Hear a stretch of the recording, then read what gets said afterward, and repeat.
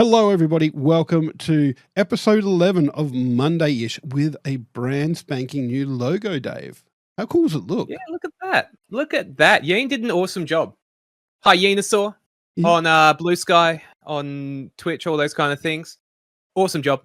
Nice of us to have a Yeah. logo now. Something better than either of us were going to come up with. Solaris does make a good point, though. It looks very well made, which doesn't fit with the vibe of the podcast. Yeah, look, we can have a good thing. It doesn't have to be everything good. We can have a good thing. We're allowed one good thing. That's it. Yeah, and it looks amazing. And like we've got a single like M logo, so the controller is taken out on its own, so it can be just an M logo for when we just want an avatar on the social medias that we are camping, and definitely will start using at some point, maybe. Look, you can say we know where that's going to end up, and it's not on this side of the channel. What are you talking about, Dave? I was going to handball that one over to you. Well, then we will continue to have the same amount of social media posts that we've had so far, which is probably zero, unless we've done some on our own accounts and forgotten. That's all right. I mean, I've posted about it on the Desane channel, but hello. I would do it in my Discord, but like the tumbleweeds would get scared away. You got to clean up out there sometime, man. But no, hello chat, hello YouTube, hello Spotify, podcast services, all those kind of things. It is so lovely to see you all. I hope you're all doing well.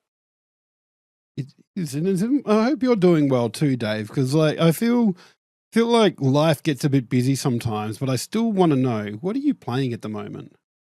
Yeah, no, it's always busy. It is always busy. What was this weekend? This weekend I was doing Ocarina of Time randomizers a lot of the weekend, which is always a fun time that without fail I underestimate how long it takes me to do one of those, which is always a good start. Otherwise, I'm still deeply in Pragmata. Oh, nice. Pragmata I have been playing through on Lunatic, which is I wouldn't say it's real hard. It had some tricky points, but I am at the final boss, and there has been a difficulty spike, and it is brutal at the moment. I am enjoying it though. Like, it is a really good game. It is really good. Otherwise, I played through A Little to the Left on the weekend, which if you haven't seen that, it's a very cozy sort of puzzle game. You basically get put in a scenario. It doesn't give you any no text, nothing like that. It just goes, here, organize this. And you just organize the things. So like it might be 7 pencils. So you can organize them in size of pencil or like colors or all that kind of stuff. It's but it's really cool because it's like you'll solve it and you'll go, cool, that's solution 1 out of 3.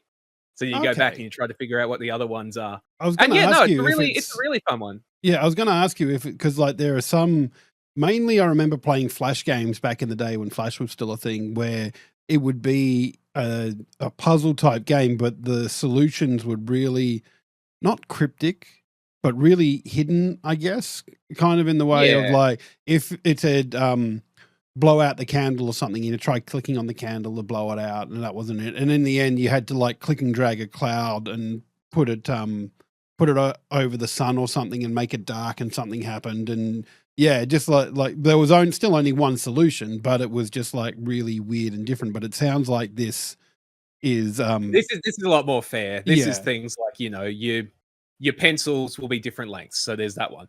And then the pencils will be in red, orange, yellow, green, blue. So rainbow. So you make the rainbow color. And then the third one might be that there is like a line on the pencils and you have to have the line make a continuous line or things like that. So yeah, it's good fun. It's really good fun.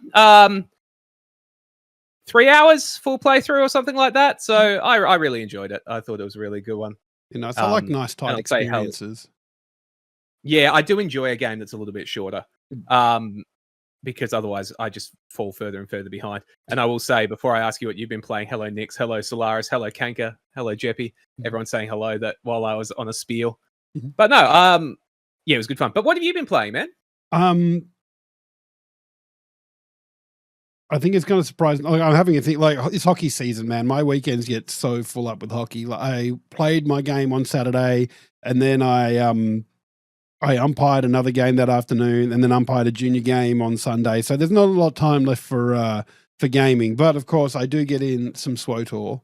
So we've been going on with the weeklies because they've got there's a Galactic Seasons event going on, which has a reward track that you can get lots of nice little cool stuff, and it gives you objectives to do that you might not normally do. So that's pretty cool. I'm still going through with that. I'm about halfway through the season for that.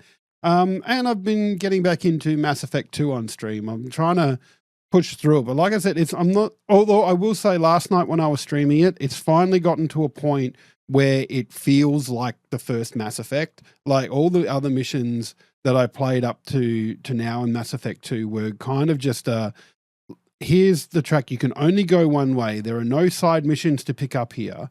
So there's just like a long linear path that you take through this particular level. And once the thing's done, you're automatically back on the ship and you're gone. But I got to a planet called Ilium, which I keep confusing with Ilum from the Old Republic. But we'll get into that another way. But yeah, and that opened up a bit, and there were side missions to do, and it just felt more Mass Effect 1 to me, which I was really enjoying. So I'm glad I did that. So I've stuck with it, but I'm still not sure how much more there is to go, because every time I feel like I'm getting to all right, well, I'm kind of getting towards the complete side of it. Like I'm getting ready to go off and do the final thing. Something else pops up and it feels like, oh no, I've got a ton more to do. No, they're good games. They are space opera, that kind of thing. I'm glad you sort of got through to the point where it opens up a bit more. Yeah. Some games that can really feel like a long hit. Yeah. It's like you were saying when we were talking about a nice short experience. I've fallen in love with like 10-hour games. You know, like a game that the story can be done in 10 hours. To me, is starting to feel like that perfect spot. You know what I mean? Like I used to love 100-hour games, all that kind of stuff. But like being able to experience the full game in 10 hours, and then you can, push it out to 15 or 20 with side content or collections and all that kind of thing. I think it's a really good spot to be at, which is the complete opposite of Mass Effect 2. Let's be honest. Yeah. And look, there is something to be said for those tighter experiences, because we're both adults. We finally have disposable income for games, but we don't have the time for games. So like having those tighter experiences, I feel, just makes better use of your time. The games don't tend to stick around that long, or if they do feel like a bit of a chore, it's okay. It's only 10 hours to, yeah. I do like that you say that, and then we think about every time at the start of this episode, you're like, what have you been playing, Dave? And Dave lists about 5 different games in the space of a week. But that's the benefit of those smaller games, though. And like, there's been a few games I remember playing. I think it was called What Lies in the Multiverse, and it was this kind of almost Rick Sanchez type scientist. Well, not quite that insane, but that kind of feel to him. And there was a nice story there. It was about 6 hours. It did some interesting things with the portal gun that he had, and then it was done. And I was like, this is cool. I feel like if you tried to do too much more with it, you would have been like either repeating mechanics that you've already done, or bringing up mechanics that probably aren't quite as good. Yeah, and that's a valid one. And I think, and it's sort of on topic, one of the companies that I think is so good at this is actually Capcom. Capcom games are generally that sort of 8 to 12 hours, I'm finding. Most of the time. There are other ones and that kind of thing. But I was thinking about it today, and I want your opinion, which we may need to dive into it a little bit. But I think legitimately Capcom might be having one of the best runs like ever for a publisher. Like golden age for them for sure. But just like as a publisher, I think they are just smashing it at the moment, Jim. Yeah. Well, look, I'm going to be quite honest here, and I know Pragmata's a Capcom game. I know that one, but I don't really like, other than Mega Man X, which I played to death on the Super Nintendo, and the whole Mega Man series. I don't think I can really name off the top of my head another Capcom game. Like Resident Evil kind of comes to mind, but I'm not sure if that one is actually Capcom or not. Yeah, I mean, you are right. That is one. But like, I'm going to go from 2020 here. Okay, so we're talking 6 years, which is a lot of time. Like, it's a lot of time. But 2020, November 2020, Devil May Cry 5 Special Edition. You know, Devil May Cry games are awesome for that kind of beat 'em up, kind of combo fighting. Like, they are such a style unto themselves. They're really stylish, all that kind of thing. You've seen their inspirations and things like Bayonetta and things like that. But like Devil May Cry and 5 was a pretty decent one. Then 6 months later, Resident Evil Village, which, you know, some people complain about. That was Lady D, Village, wasn't it? That was Lady D. That was all that kind of thing. What we're talking about, 6-hour story, give or take, maybe. I think I played through it about 6 times. But, you know, awesome. Return to that. While we're talking about that, you think about Resident Evil 1, Resident Evil 2, Resident Evil 3, Resident Evil 4 remakes over that sort of time period. I think 2 remake was 2019 or something like that. But, you know, they have this real cadence of here's a new game, here's a remake, here's a new game, here's a remake. After that, Ace Attorney, the great Ace Attorney Chronicles. So just a whole spin-off of Phoenix Wright and the Ace Attorney games. I was going to say, are those still going? Like, they were huge on the DS, the Ace Attorney stuff, just making use of that, the touchscreen. But I don't know. I didn't know they were still going. They've done remake packages of like the first 3 and then of the Turnabout series and all that kind of thing. They then did the great Ace Attorney series, which is like an old-fashioned one and that kind of thing. There is talk that there's another one coming out. So, you know, already, what have we talked about? Mega Man, Pragmata, Resident Evil, and Devil May Cry. You know, and I'm only like 2 years in. You then had the remakes for Resident Evil. You had the Capcom Fighting Collection. You had Street Fighter. Street Fighter 5 was a bit. How could I forget Street Fighter? Street Fighter is like a huge title, especially with the movie coming out. Exactly. Like Street Fighter 6 has really turned around a lot of their reputation. Like Street Fighter 5 was a bit it was okay. It wasn't as good, but Street Fighter 6 has really come out and learnt from all of that. We go up to we're in 2023 now after we're going through a lot of the Resident Evil remakes and ports, and that this list has ports, which is confusing me a little bit. Monster Hunter Rise on the Switch. It's Monster Hunter. Once again, completely forgot about Monster Hunter. And I feel like they did a light gun game somewhere in there. Were they? No, Sega was Virtua Cop, I think.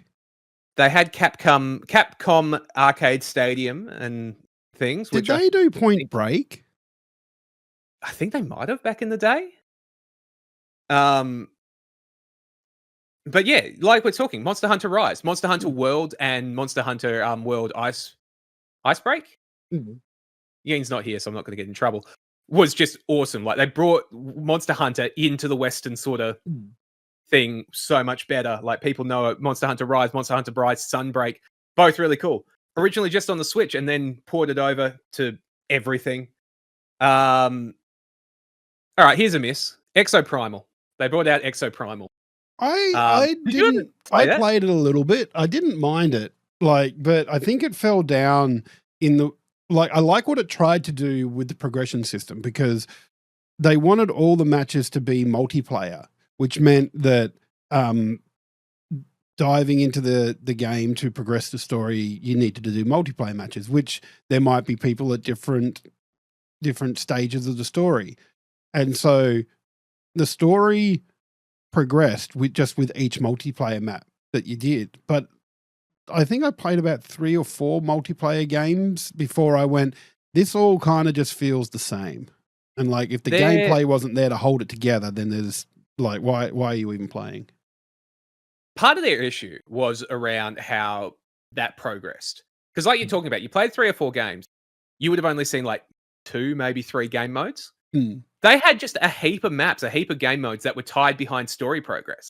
Really? So to get to the late game modes, you had to play through hours and hours of content. And then the problem being all these new players haven't unlocked those maps. So the people that have been playing for ages are getting match made into the old maps. Like, so there were all these maps that they just didn't ever get to see. They just needed to roll it all out and just go, cool. You know, you beat a mission, you get story. You beat a mission, you get story. It didn't need to be like unlocking and So yeah, No, it was a that's it. little Like bit. that's it. Like if you're like, because the games were what, about 20 minutes, half hour, I think, from memory. Depending on how stomped you got, like Yeah, it was possible to get stomped pretty badly, but it but they I didn't like weren't. The it. matches I'll be I were honest. playing weren't multiplayer competitive though. They were all co-op. Mm. Yeah, Oh, the horde mode sort of thing. yeah, Yeah. yeah. Um, but yeah, playing for 10 hours and then unlocking more stuff is like, it brings back memories of Final Fantasy 13 and like the 16-hour tutorial that it had. They yeah, look, Square is a beast unto itself Mm. with that kind of stuff. Um, but yeah. So I'd say, look, Exoprimal, bit of a miss. But you know, think about that list that we're going through. We what have we got? Resident Evil 4, more Ace Attorney, Dragon's Dogma 2.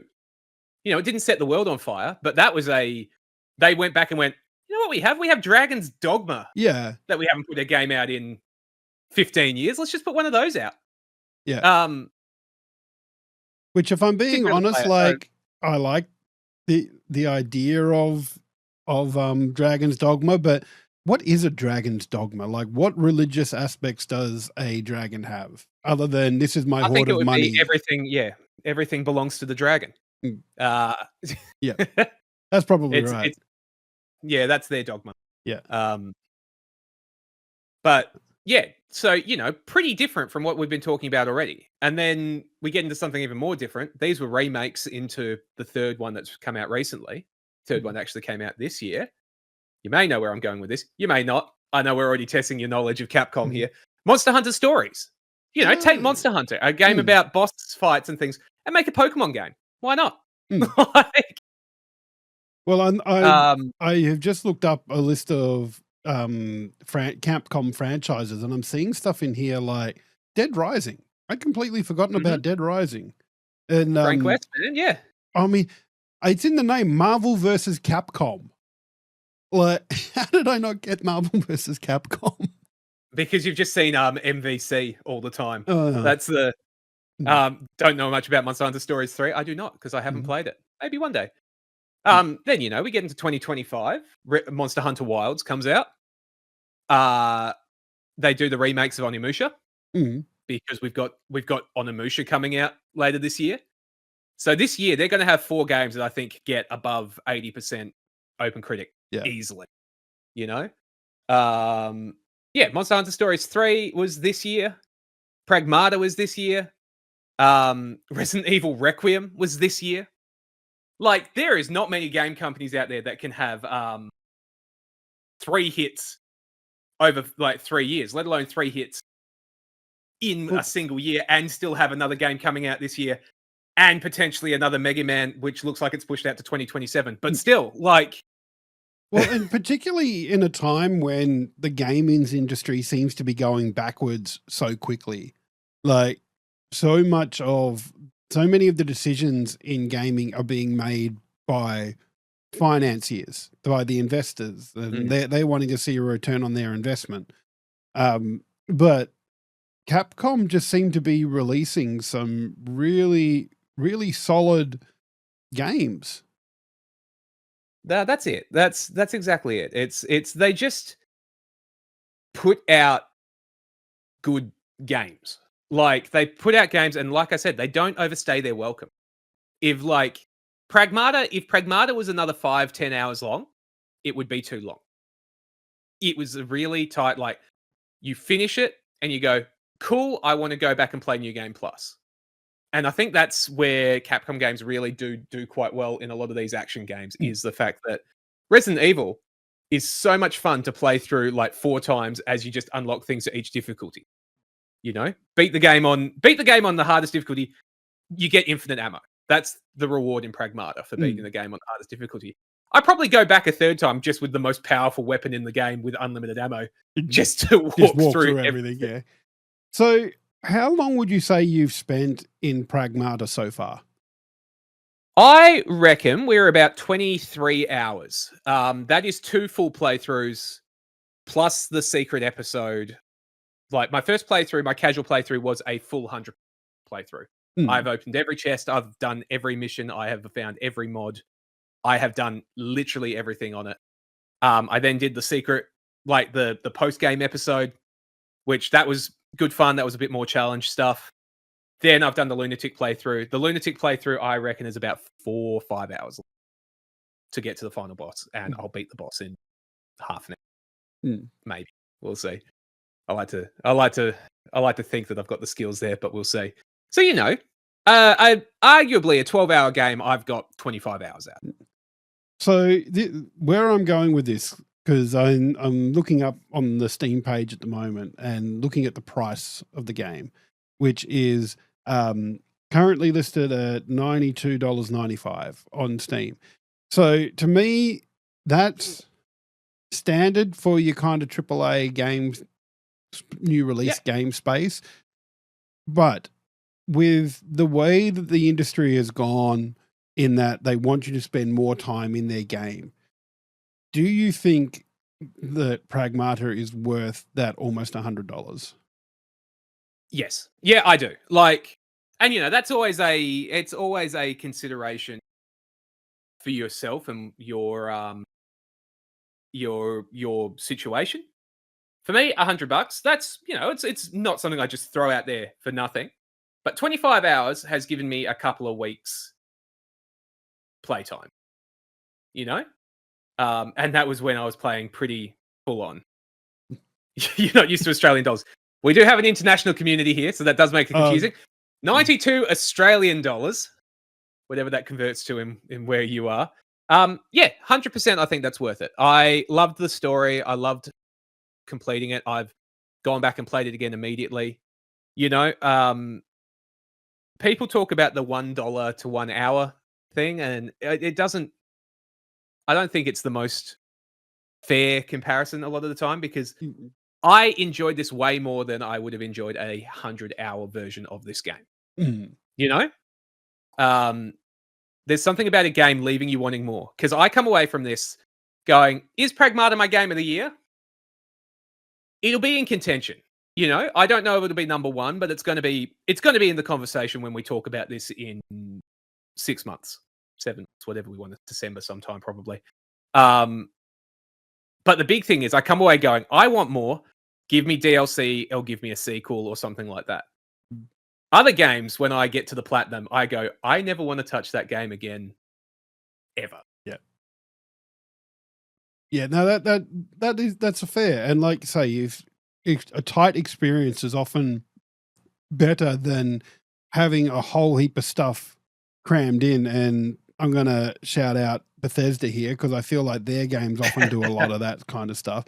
Like, I remember when Starfield came out, I got a creator code for it and I tried playing it, and I think I put 10 hours into this and I went, I am not here for this. I'm not feeling Starfield at all. The idea that a game I could spend 10,000 hours in at this point in my life, I'm just like, no, thank you. I'm not here for that. And like, I wish that one of the metrics that that video game companies used to measure how successful their game was how long people spent in the game.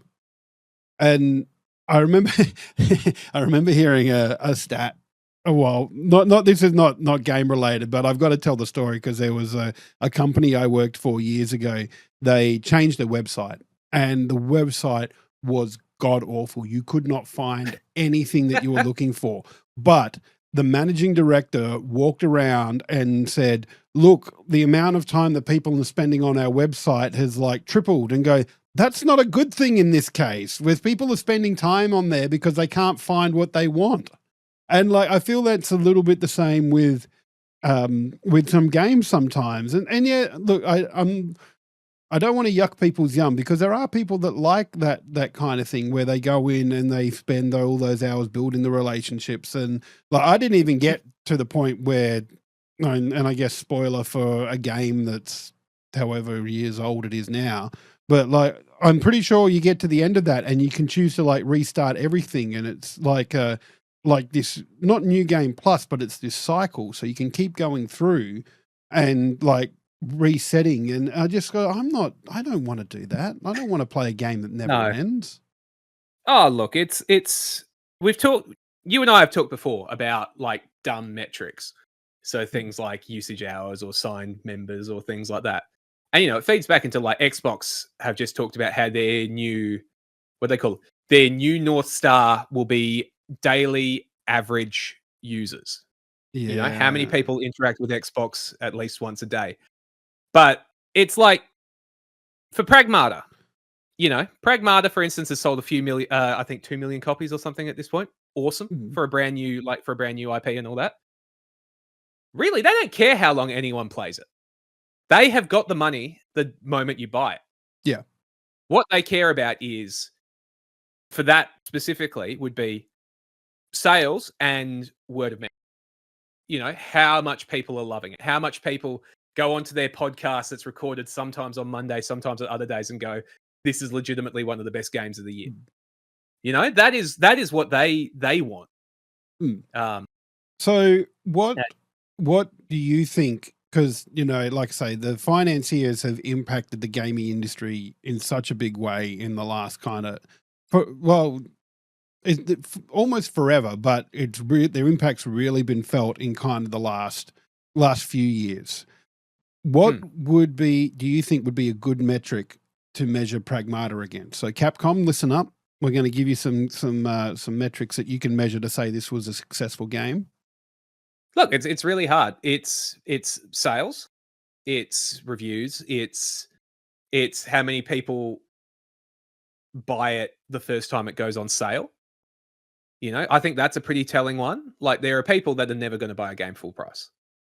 So is that word of mouth there? But more than anything, for Pragmata, and it's different from other games, it's how Pragmata 2 goes. How does Pragmata 2 sell and all that kind of thing. It's not easy. Was there a definite hint drop at the end of Pragmata for a Pragmata 2, was there? No, I would say no, I'm not even going to say that. No, there wasn't. But at the same time, if you sell 2 million copies in a week and a half, you make a Pragmata 2. You know what I mean? Like, it very much feels like the way they've been talking about it at Icon, which is like a game developer convention in America, where it's like it's like developers talking to developers. The CEO of Capcom was like, this is a new franchise now. Like, this has been successful. Yeah. So for them, whatever metrics they use, they consider it a success. And I just hope that we don't wait 8 years for the second one, because it took so long for this game to come out.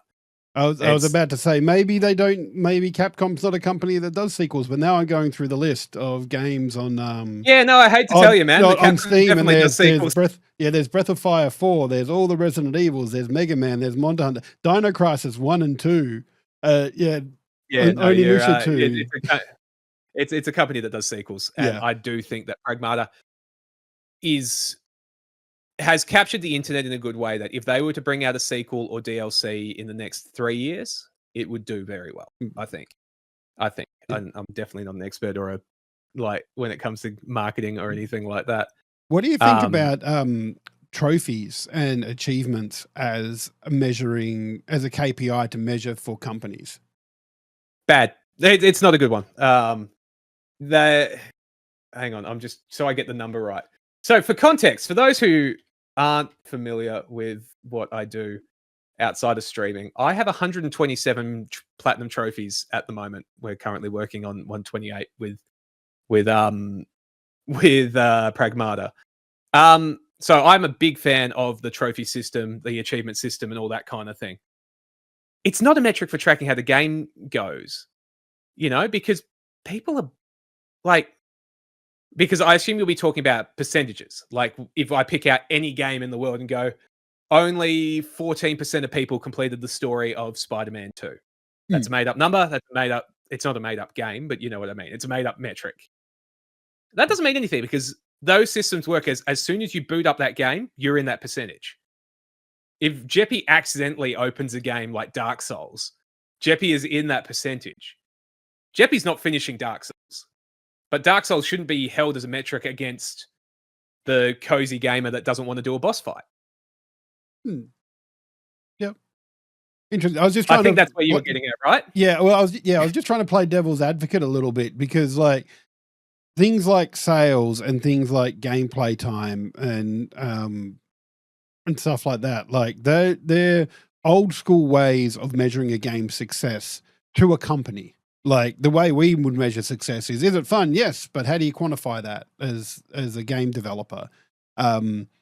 So I think that there's something to be said for trying to find some way new to measure a game's success that's quantifiable. So I think I have an interesting way that probably Capcom and Sega and things measure their metrics, which is different from most companies. Probably the stores in Japan. You know, when we were in Japan, when we were in Tokyo, we went to the Capcom store. That thing was cranking. That was just, it was so busy. But more than anything, it had every one of their games. So like every one of their games had at least something you could buy. And that's a really good way to tell how popular your stuff is by, you know, Monster Hunter stuff walking out the door, Resident Evil stuff walking out the door, Onimusha maybe probably not selling as much stuff. But also Onimusha's is still like a very niche game for them too, though. You know, so and maybe it won't be after this one this year. You know, that's the interesting thing is does that change when this next one comes out in 2026? So it's a bit of an unusual one. It's the same as how who owns Metal Gear Solid? It was Kojima with Konami. Yeah. Konami probably looks at their bloody gambling machines that they use all their things in. You know, which of those are pulling in stuff? Those are weird. We went to a few of those gambling halls, and it was an interesting time. Speaking of, Capcom does the same thing. Jesse and I played a Monster Hunter themed coin pushing game for like hours, and that thing was just cranking through people. So it's definitely something that maybe, you know, at some point it has to be number of people playing it. If you're not a live service game, do you care about how many hours? Probably not. If the person comes back and buys the next one, which is hard to gauge. Yeah, that's why they all want to have their own launcher. It's why Ubisoft wants its own launcher. It's why Epic Games has its own launcher. It's why BattleNet for Blizzard still is BattleNet for Blizzard, because having someone in their launcher means you can track what they're purchasing, what they're doing, all that kind of stuff. Or even if you know, because there's games that are part of Xbox Game Pass, so that are EA and League of Legends. You know, that's all on there. But you've got to have League of Legends launcher, the Riot launcher installed, and the EA app installed to play any of those games, even if it's through the Xbox app. Even I got GTA 5 free on Epic years ago, but I had to have the Rockstar launcher installed to be able to play it. It's weird. It's the same as you know, there was that controversy a while back, Helldivers, where even buying it on Steam, you had to sign up for a PSN account, and they walked that back. But that was a thing that PlayStation did. Yeah, but at the same time, we all want Play Anywhere these days. We all want the ability to take our account from, like, if I'm playing something on Steam, I want to be able to go to my PlayStation and just boot it up. Which those things need those kind of accounts, because PlayStation does not talk to Steam. Yeah, because PlayStation doesn't like that crossplay stuff. That pesky crossplay stuff that might mean people play on machines that aren't theirs. Hey, look, when PlayStation was losing the console war, they were very in favor of it. Just like how Microsoft was against it and now Microsoft wants it. Well, Microsoft were never, like, they weren't against crossplay. They were against putting their titles on other systems until they weren't, and now they're against it again anyway. We'll see. I'll believe it when I see it. It's very hard to... It would be very hard to justify to your CEO going, hey, you know how we sold 5 million copies of Forza Horizon 5 on PS5? We don't want to sell any of those. We're done. We're going to go back to it only being on Xbox with our tens of millions. That's the way they're going, though. That's the way they're moving back again. I don't... They have not said that. They have not said it. They've hinted at it to make fanboys happy. And 100%. If they do it, fair play. But I mean, Forza Horizon 6, I'm pretty sure is on day and date PlayStation. Kanka. We go currently the way it is Xbox exclusives come to PlayStation. PlayStation exclusives are on PlayStation, and that's it. Yeah, like they're not even going. They're not even going to PC anymore. No, they said no. They're and that makes sense for someone that wants to sell the console. Having it on PC can't have been helping them. Yeah, but by the same token, me sitting here as a non-PlayStation gamer because I've already got an Xbox Series X and a Switch 2 and a Switch, I can't afford to buy a PlayStation 5 because I look at like my Series X is a Netflix machine connected to the TV, and I can't remember the last game I played on my Switch was Hyrule Warriors: Age of Imprisonment, and so. Like, I'm not going to buy an $800 machine just to sit there for the occasional game that I might play. So, like, being able to... I get that. Yeah. And in fairness, the only PlayStation games I played in recent years are the FF7 remake games. But... They'll come to Xbox eventually. Like, because they're third party. But... No, I don't think they will. Like, the last... I think they will. But the last Final Fantasy game... Because I'm pretty sure that the last Final Fantasy game that came to Xbox. Thank you for fact checking, Kanka. Was I appreciate 13. I'm pretty sure.